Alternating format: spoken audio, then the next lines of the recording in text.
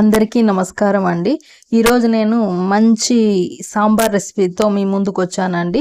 అది కూడా Tamil Nadu hotel style మంచి టేస్టీగా ఉండే శుతి మెత్తని తెల్లటి ఇడ్లీలతో పాటు సాంబార్ కూడా చేసి చూపించాలి అనుకుంటున్నానండి. అది ఎలా చేసుకోవాలో ఇప్పుడు చూద్దాము. మీ ఇంట్లో ఉన్న మెంబర్స్ బట్టి దీనికి కావాల్సిన పెసరబ్యాలు తీసుకోండి. నేను ఒక ముగ్గురికి ఫుల్గా అయ్యేలాగా తీసుకుంటున్నాను. కొద్దిగా అంటే ఒక హాఫ్ కప్పు పెసరబ్యాలు తీసుకున్నాను. వాటిని ఒక 2 సార్లు బాగా నీట్గా కడుక్కొని నేను మల్టీపర్పస్ కడాయి అంటే ఇడ్లీ మేకరు స్టీమర్గా అలాగే మనం కర్రీస్ చేసుకునే కడాయి లాగా యూజ్ అవుతుందండి అని చూపించాను కదా, ఆ కడాయిలో వేసి ఇప్పుడు సాంబార్ చేస్తున్నాను. ఇందాక కడిగి పెట్టుకున్నటువంటి పెసరబ్యాలను అందులో వేసుకుందాము. ఇది తమిళనాడులో చేస్తారండి, చాలా టేస్టీగా ఉంటుంది. అది ఇడ్లీకే కాదండి, చాలా బ్రేక్ఫాస్ట్ ఐటమ్స్కి చాలా బాగుంటుంది.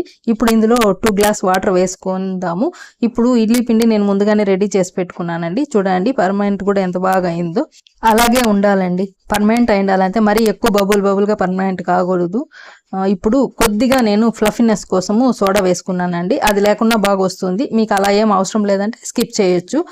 ఇప్పుడు ప్లేట్ పెట్టుకొని దానికి ఆయిల్ అప్లై చేసుకొని ఇప్పుడు ఇందాక మనము దాన్ని కలయిదిప్పుకున్నాం కదా పిండి, ఆ పిండిని అందులో వేసుకుంటామండి ఇడ్లీ ప్లేట్స్లో. నేను ఇంత క్రితమే ఇడ్లీ బ్యాటర్ ఎలా తయారు చేసుకోవాలో చాలా నీట్గా అప్లోడ్ చేశానండి. డిస్క్రిప్షన్లో లింక్ ఇస్తాను, కావాల్సింటే చూడండి.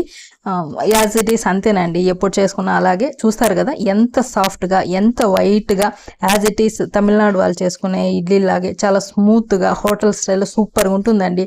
డిస్క్రిప్షన్ లింక్ ఇస్తాను, ఒకసారి చూసి చేసుకోండి. సాంబార్ కూడా దీని కాంబినేషన్ సూపర్గా ఉంటుందండి. మా ఇంట్లో అందరి ఫేవరెట్ అది. ఇప్పుడు మూత పెట్టి ఒక 10 మినిట్స్ హై ఫ్లేమ్లో ఉడికించుకుందామండి. హై ఫ్లేమ్లోనే ఉండాలి, ఎందుకంటే ఆవిరి రావాలి కదా, అందుకని హై ఫ్లేమ్లోనే ఉడికించుకుందాము. చూడండి ఉడికిపోయాయి, పక్కకు తీసేస్తున్నా. ఇప్పుడు పెసరబ్యాలు కూడా చూపిస్తానండి. చూడండి ఎంత సాఫ్ట్గా ఉడికిపోయాయో. మనము ఏ కుక్కర్లో వేసుకోలేదండి. ఇప్పుడు మనకి ఇడ్లీలు అయిపోయాయి. ఇప్పుడు సాంబార్ కావాల్సిన బ్యాలు కూడా ఉడికిపోయాయి. ఇప్పుడు తిరగబాతు పెట్టుకుంటే సరిపోతుంది అంతే. ఎంత క్విక్గా పని అవుతుంది కదండి ఇలాంటి ఒక కడాయి ఉంటే. ప్రమోషన్ వీడియో అయితే కాదండి. ఇప్పుడు ఆ బ్యాలని పక్కకు తీసి ఎనుపుకోవాలండి.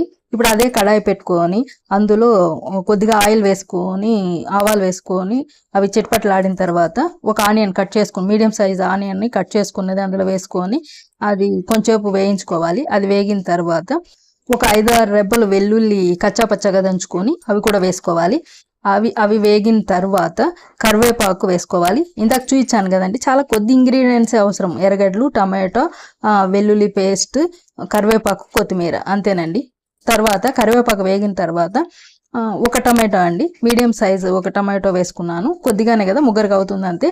అది కాస్త వేగిన తర్వాత ఇప్పుడు ఒక 1/2 స్పూన్ పసుపు, ఒక స్పూన్ కారపొడి, 1/2 స్పూన్ ధనియాల పొడి, 1/2 స్పూన్ సాంబార్ పొడి వేసుకొని అవి కూడా అందులో కలిసిపోయేలాగా వేయించుకుందాము.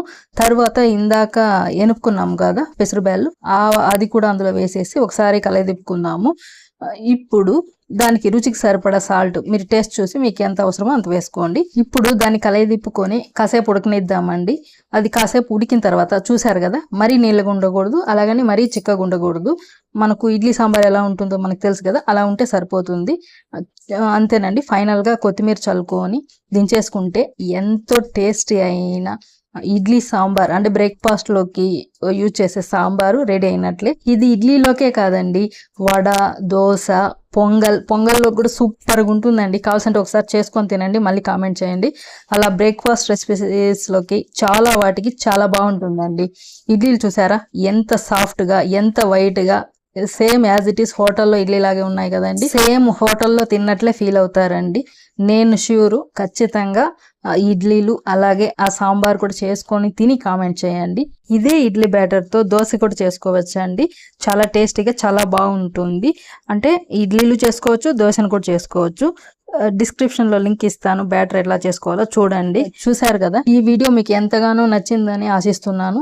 ఈ వీడియో మీకు ఎంతగానో ఉపయోగపడుతుంది అని అనుకుంటున్నాను. ఈ వీడియో కనుక మీకు నచ్చినట్లయితే లైక్ చేయండి, షేర్ చేయండి, సబ్స్క్రైబ్ చేసుకోండి friends. Thank you so much. Me Sujatha BV.